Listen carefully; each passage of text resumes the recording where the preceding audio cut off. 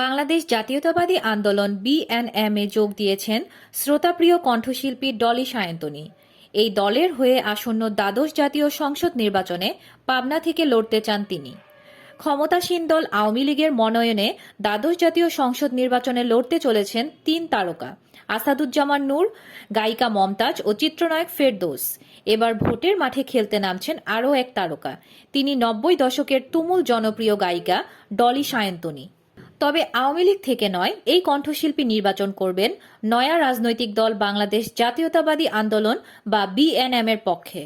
সোমবার ২৭ নভেম্বর ডলি সায়ন্তনী এই দলটিতে আনুষ্ঠানিকভাবে যোগ দিয়েছেন, তারপরই তুলেছেন মনোনয়ন ফর্ম।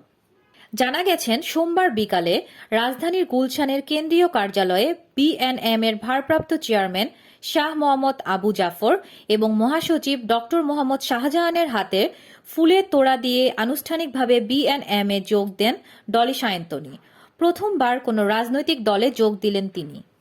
আরও জানা গেছে, দ্বাদশ জাতীয় সংসদ নির্বাচনে পাবনা ২ আসন থেকে বিএনএম এর প্রার্থী হতে দলটির মনোনয়ন ফর্ম সংগ্রহ করেছেন বহু হিট গানের গায়িকা ডলি সায়ন্তনী।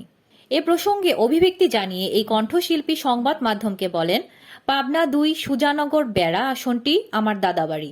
শিল্পী হিসেবে জনগণের ভালোবাসা পেয়েছি, এখন নিজ এলাকার জন্য কিছু করতে চাই। এবারই প্রথম কোনো রাজনৈতিক দলে যোগ দিলাম। প্রসঙ্গত, গানের জগতে একসময় তরুণ প্রজন্মের ক্রেজ ছিলেন ডলি সায়ন্তনী। তার গান মানেই ছিল অন্যরকম উন্মাদনা, কণ্ঠে ছিল আধুনিকতার ছোঁয়া।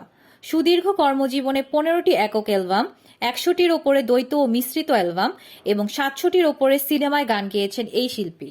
ডলি সায়ন্তনী প্রথম চলচ্চিত্র ছিল উত্থান পতন।